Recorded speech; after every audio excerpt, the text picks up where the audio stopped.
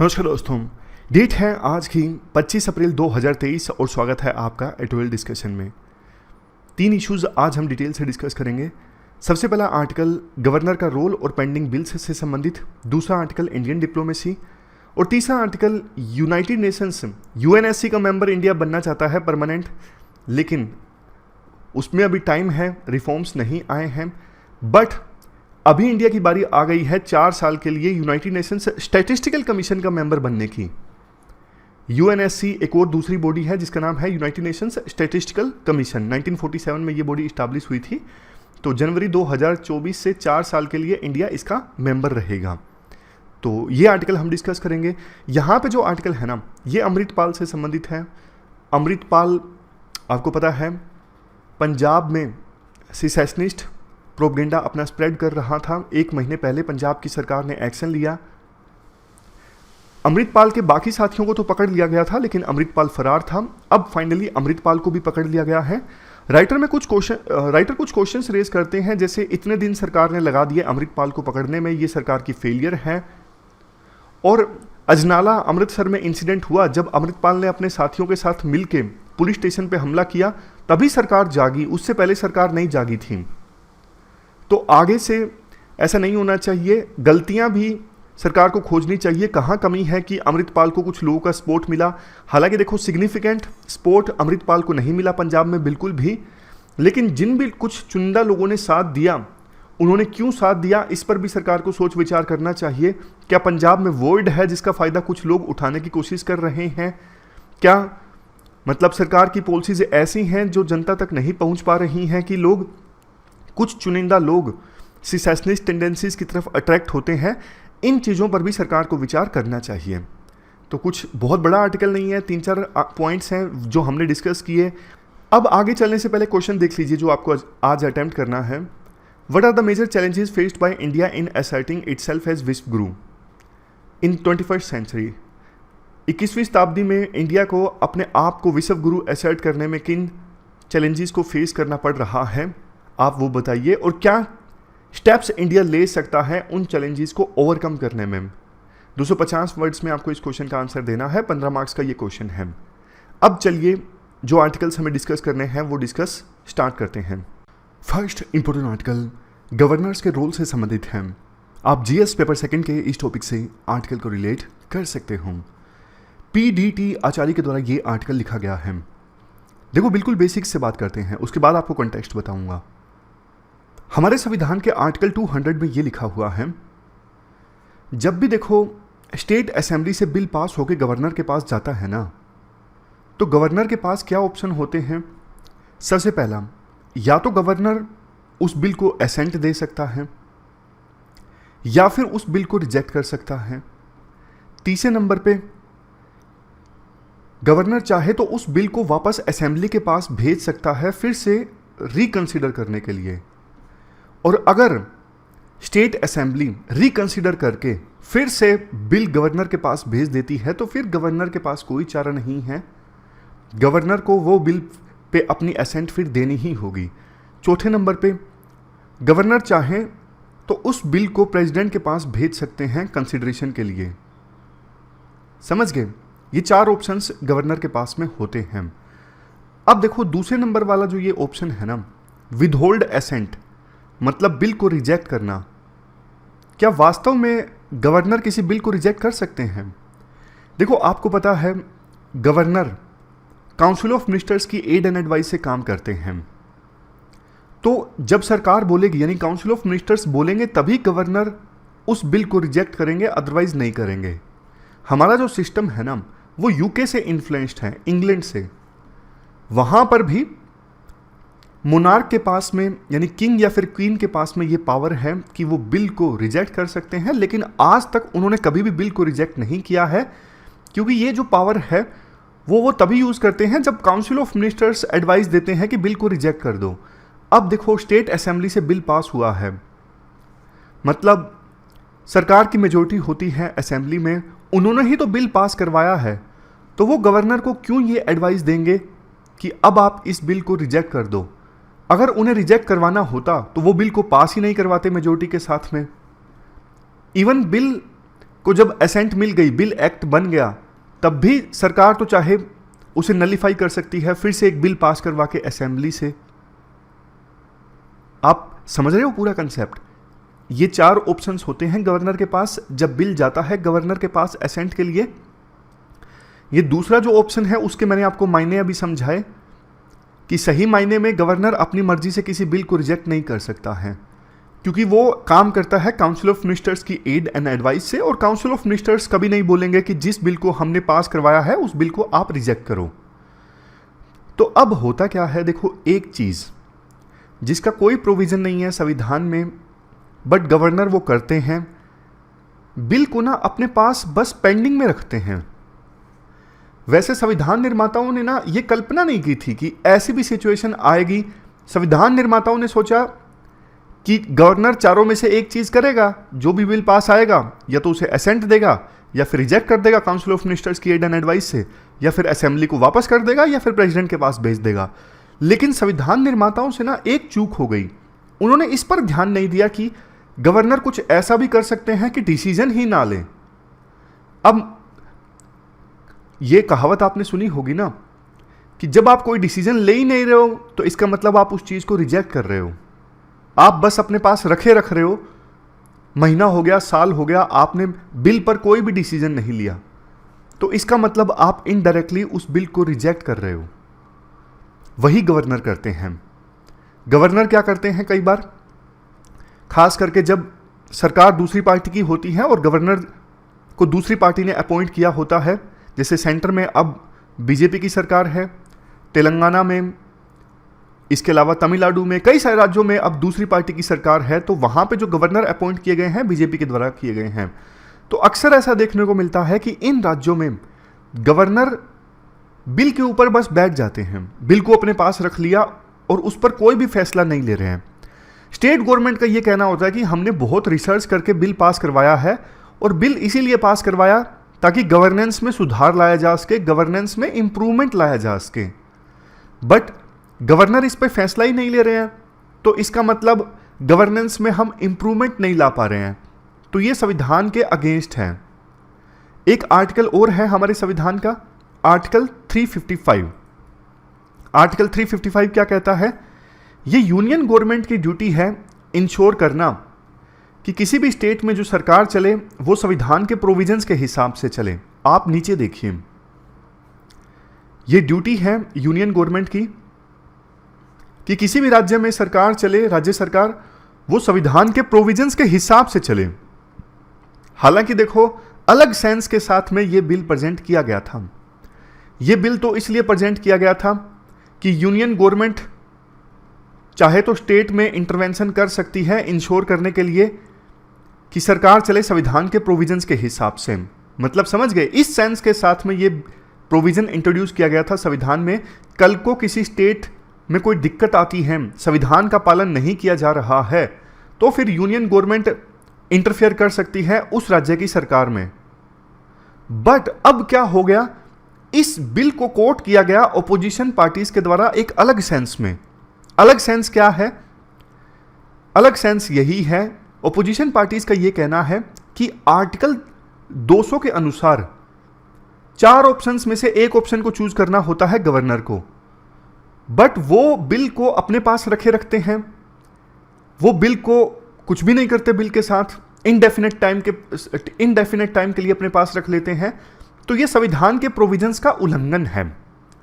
तो इसलिए ये यूनियन की ड्यूटी बनती है कि स्टेट में संविधान के प्रोविजंस का फुल पालन हो, जो कि गवर्नर नहीं कर रहे हैं। तो इसलिए तमिलनाडु असेंबली में ना एक रेजोल्यूशन पास कर दिया। रेजोल्यूशन पास करके प्रेसिडेंट से गुहार लगाई गई कि आप ये इंश्योर कीजिए राज्य में सरकार संविधान के प्रोविजंस के हिसाब से चले। चूंकि गवर्नर बिल के साथ कुछ भी नहीं कर रहे हैं, अपने पास रख रहे हैं, मतलब वो संविधान का प्रोविजन का उल्लंघन कर रहे हैं, ये गलत है। ऐसा रेजोल्यूशन पास किया स्टेट असेंबली ने और राष्ट्रपति से आह्वान लगाया, राष्ट्रपति से रिक्वेस्ट की कि आप आर्टिकल 355 के तहत एक्शन लीजिए गवर्नर के अगेंस्ट। इसके बाद राइटर एक सुप्रीम कोर्ट की जजमेंट का जिक्र करते हैं 1983 की, host pharmaceuticals limited and versus state of Bihar and others. इस केस में क्या हुआ था, गवर्नर ने ना एक बिल रिजर्व रख लिया था प्रेसिडेंट की कंसिडरेशन के लिए, प्रेसिडेंट कंसीडर करे इसके लिए गवर्नर ने एक बिल को रेफर कर दिया था प्रेसिडेंट को, रिजर्व कर लिया था बिल को। तो कोर्ट में ये मामला गया, कोर्ट ने कहा कि देखो गवर्नर कोई बिल को रिजर्व रखते हैं ना प्रेसिडेंट की कंसीडरेशन के लिए, तो इसमें वो अपनी डिस्क्रिशनरी पावर का इस्तेमाल कर रहे हैं और कोर्ट इस मामले में नहीं जा सकता फर्दर कि गवर्नर ने जो किया वो जरूरी था या फिर नहीं था। तो अब क्वेश्चन ये उठता है कि सरकार, क्या गवर्नर का जो इनएक्शन है बिल के ऊपर, कि गवर्नर कुछ नहीं करते, बिल के ऊपर बैठ जाते हैं, डिसीजन नहीं लेते, क्या इस चीज़ को राज्य सरकारें सुप्रीम कोर्ट में चैलेंज कर सकती हैं या फिर नहीं कर सकती? राइटर का तो ये मानना है कि हाँ वो कर सकती हैं, उन्हें करना चाहिए। जिस चीज़ को हमारे संविधान निर्माता भूल गए, अब उस चीज़ पे सुप्रीम कोर्ट को एक्ट करना चाहिए। एक टाइम फ्रेम रख लेना चाहिए कि इतने दिनों के अंदर अंदर गवर्नर को फैसला लेना है। हमारा संविधान देखो एक डायनामिक डॉक्यूमेंट है, समय समय के हिसाब से बदलाव किए गए हैं, लेकिन इस चीज़ में अभी तक बदलाव नहीं हुआ है, तो इस पर सुप्रीम कोर्ट को एक्शन लेना चाहिए और गवर्नर के सामने एक टाइम लिमिट रख देनी चाहिए कि इतने समय के अंदर अंदर आपको एक्शन लेना है, आप बिल के साथ क्या करना चाहते हो। In action is not a solution. अब चलते हैं आगे। अगला आर्टिकल इंडियन डिप्लोमेसी से संबंधित है। आप जीएस पेपर सेकंड के इस टॉपिक से आर्टिकल को रिलेट कर सकते हो। देखो 10 से 12 अप्रैल के बीच में यूक्रेन की first deputy minister of foreign affairs Bharat की यात्रा पर आई और इस यात्रा के दौरान उन्होंने ना साफ तौर पे एक आरोप लगाया कि अभी देखो ग्लोबल अफेयर्स में ना, ग्लोबल पॉलिटिक्स में इंडिया खुद के इंटरेस्ट को सर्व करने की कोशिश कर रहा है। कैसे? जैसे देखो वेस्टर्न कंट्रीज रशिया को आइसोलेट करना चाहती हैं यूक्रेन के ऊपर वार करने के लिए, बट इंडिया रशिया से तेल परचेज कर रहा है क्योंकि रशिया सस्ता तेल दे रहा है।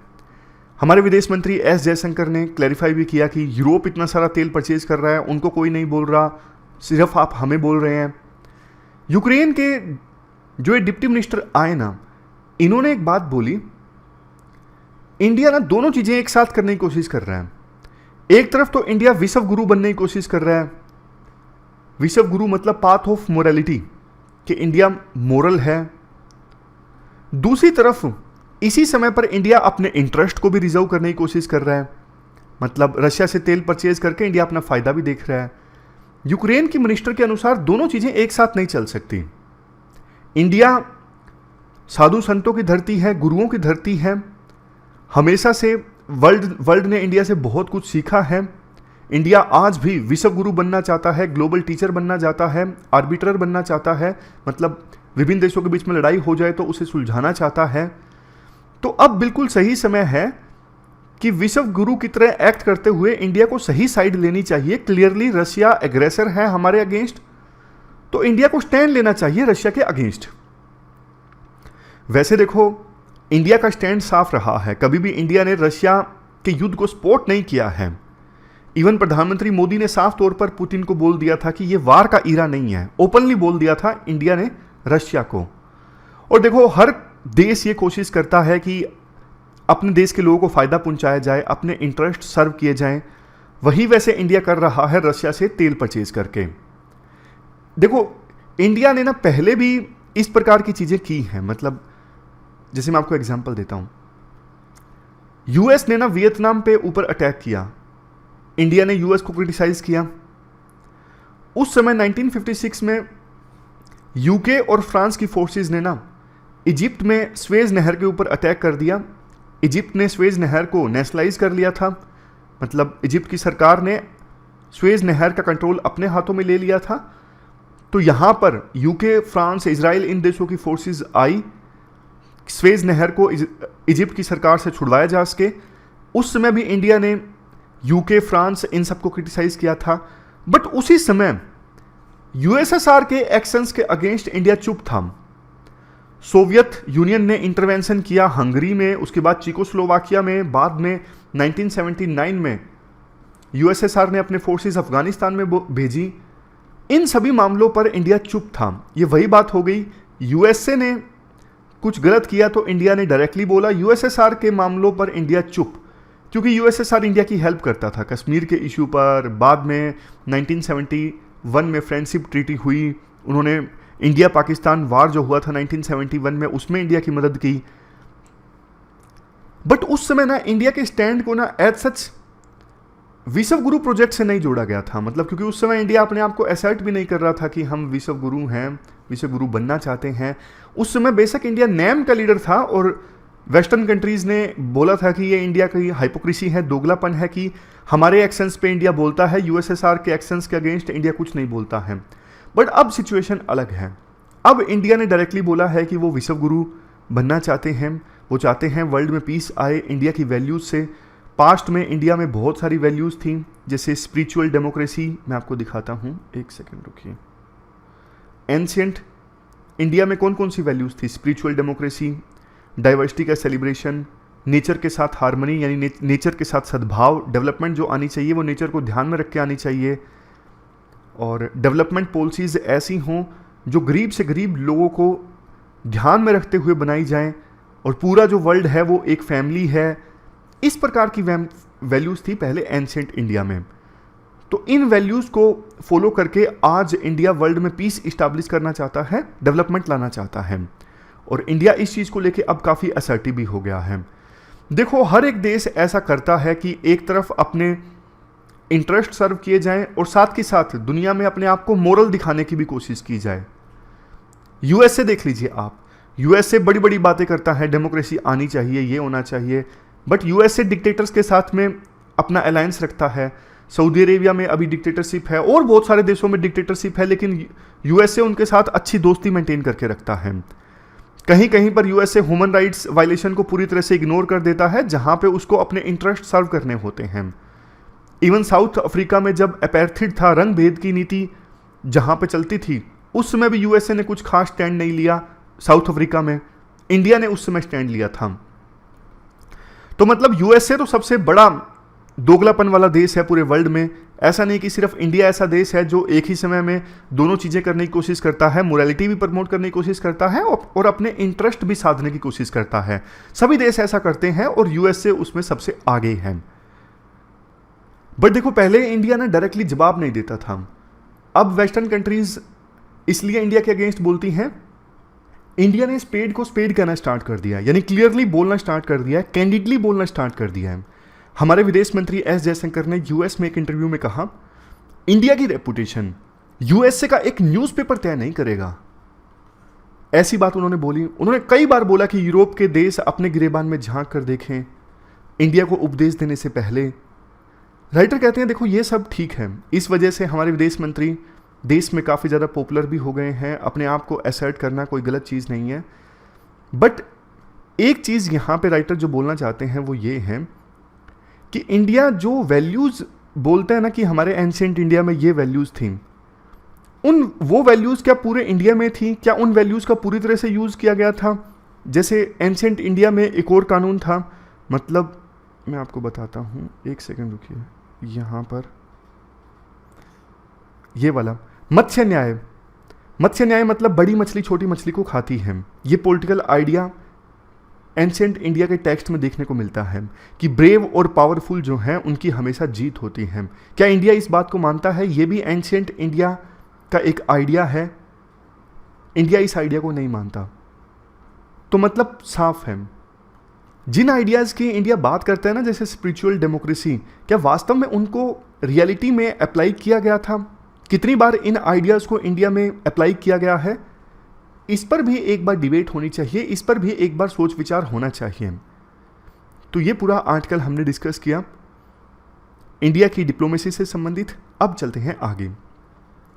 अगला जो आर्टिकल है वो लाइव मिनट का है, स्टैटिकल स्टैंडर्ड्स से संबंधित। इसमें देखो कुछ ही पॉइंट्स हम लेंगे जो हमारे लिए इंपॉर्टेंट हैं। जीएस पेपर सेकंड के इस टॉपिक से आर्टिकल को रिलेट कर सकते हो। कंटेक्स्ट देखो ये है, इंडिया जल्द ही यूनाइटेड नेशंस स्टैटिस्टिक्स कमीशन का मेंबर बन जाएगा।